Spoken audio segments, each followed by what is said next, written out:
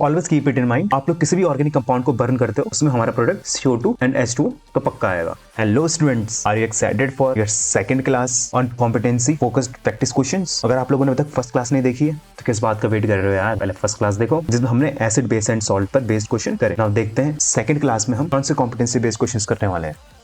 आज हम chapter 2 carbon compounds की कॉम्पिटेंसी बेस्ड क्वेश्चंस करने वाले हैं। Let's go for it.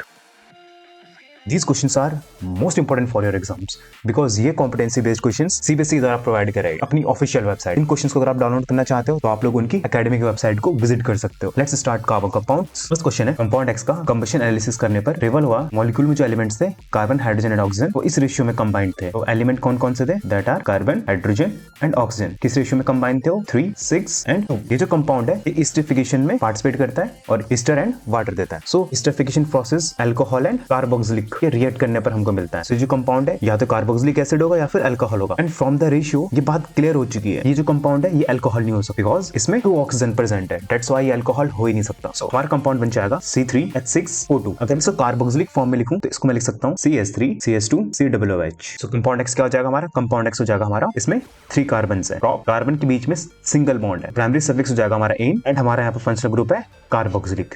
सो हमारा सफिक्स हो जाएगा ओइक एसिड। तो इस कंपाउंड का नाम हो जाएगा प्रोपेनोइक एसिड। तो केमिकल फॉर्मूला हो गया प्रोपेनोइक एसिड। सेकंड क्वेश्चन है, बी क्वेश्चन में बोला गया है कंपाउंड X की कंबशन की एक बैलेंस केमिकल इक्वेशन लिखो। सो बहुत इजी होने वाला है। लाइक कंपाउंड है हमारा प्रोपेनोइक एसिड, ऐसा लिख सकते हैं C2H5COOH। कंबशन कराते हैं, it means burning in the presence of oxygen. Always keep it in mind, आप लोग किसी भी ऑर्गेनिक कंपाउंड को बर्न करते हो उसमें हमारा प्रोडक्ट CO2 एंड H2O तो पक्का आएगा। बाकी के साथ हीट एंड लाइट भी ऑब्जर्व होती है ना। उसको बैलेंस करना है। लेफ्ट साइड में 3 कार्बन है तो राइट साइड में 3 कार्बन करके देखते हैं रिटर्न टाइल मेथड से। अब हाइड्रोजन हमारे पास लेफ्ट साइड में 6 है, राइट साइड में 2 ही है तो 3 से मल्टीप्लाई करते हैं। हाइड्रोजन हमारे बैलेंस हो चुके हैं एंड अब हमारे पास ऑक्सीजन 3, 2, 6 एंड 9। राइट साइड में हमारे पास ऑक्सीजन 9 हो चुके हैं। अगर हमसे बैलेंस करना भी चाहे तो बैलेंस नहीं हो रहा है। सो इट मींस ये तरीका तो फ्लॉप हुआ। दोबारा ट्राई करते हैं दूसरे तरीके से। कार्बन को 2 से मल्टीप्लाई कर दूं तो हमारे पास 9 कार्बन 6 हो चुके हैं। देन इसको 6CO2 कर देता हूं। नाउ हाइड्रोजन मेरे पास 12 है तो हाइड्रोजन 12 कर देते हैं। राइट हैंड साइड मेरे पास ऑक्सीजन 18 है एंड लेफ्ट हैंड साइड मेरे पास प्रोपेनोइक एसिड में 4 ऑक्सीजन है। नाउ ऑक्सीजन मॉलिक्यूल को मैं 7 से मल्टीप्लाई करता हूं। 14 + 4 18 oxygen. Now oxygen also get balance. So hit and trial method में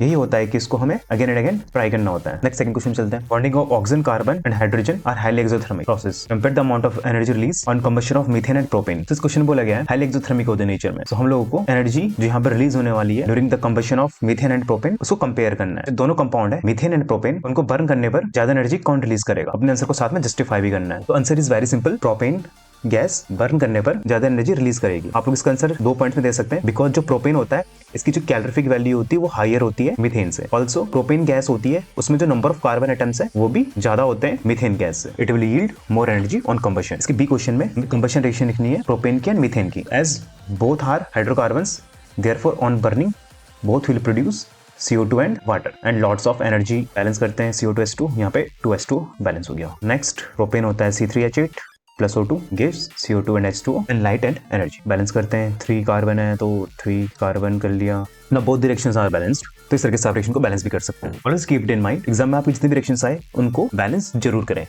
नेक्स्ट थर्ड क्वेश्चन पे चलते हैं। 1 मोल ऑफ एल्केन पी को बर्न करा जाता है ऑक्सीजन में तो ये 6 moles of carbon dioxide gas release करता है और 14 मोल्स ऑफ वाटर रिलीज करता है। केमिकल फॉर्मूला लिखना है हमें इसका एंड केमिकल नेम बताना कंपाउंड का। तो इस तरह के क्वेश्चन अगर आपके एग्जाम में है तो डोंट गेट नर्वस। तो सपोज कोई एल्केन है पी, उसको हम बर्न करते हैं in the presence of oxygen तो ये प्रोड्यूस करता है। अभी एल्केन है, कोई भी हाइड्रोकार्बन बर्न करने पर हमें water and CO2 gas produce करता है। तो यहाँ पे जो हमें पानी के मॉलिक्यूल मिल रहे हैं वो हमें 14 मिल रहे हैं एंड CO2 मॉलिक्यूल्स हमें यहाँ पर 6 मिल रहे हैं। तो आप लोगों को पता होना चाहिए जो एल्केन पी है इसमें 2 ही एलिमेंट प्रेजेंट होंगे, एक कार्बन एंड दूसरा हाइड्रोजन, बिकॉज ये एल्केन है इसलिए। फर्स्ट ऑक्सीजन को दोनों साइड बैलेंस कर लेते हैं फटाफट। तो लाइक इधर 14 एंड 6 हो जाए 12, तो 12 एंड 14 होता है 26। तो यहाँ पर 13 ऑक्सीजन के मॉलिक्यूल होंगे। नाउ अगर देखा जाए तो इस साइड 6 कार्बन है। There is a slight mistake in this question.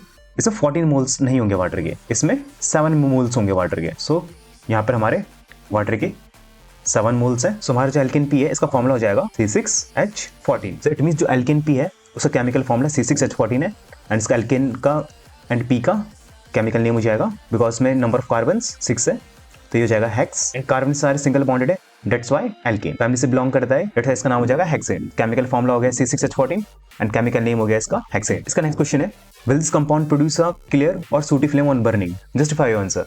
तो ये कंपाउंड बर्न करने पर हमको क्लियर फ्लेम देगा या फिर सूटी फ्लेम देगा? जस्ट बिकॉज क्योंकि ये एल्केन है, ये सैचुरेटेड हाइड्रोकार्बन है, दैट्स व्हाई बर्न करने पर always clear and blue flame हमको देते हैं। Just because it is a saturated hydrocarbon, therefore it will give clear flame on burning. So कैसे लगे आप लोग को ये 3 क्वेश्चंस कार्बन कंपाउंड चैप्टर से? अपने व्यूज और आइडियाज नीचे कमेंट करें। If you like the class, please give a thumbs up, please give a like and share it with your friends. Subscribe to the channel.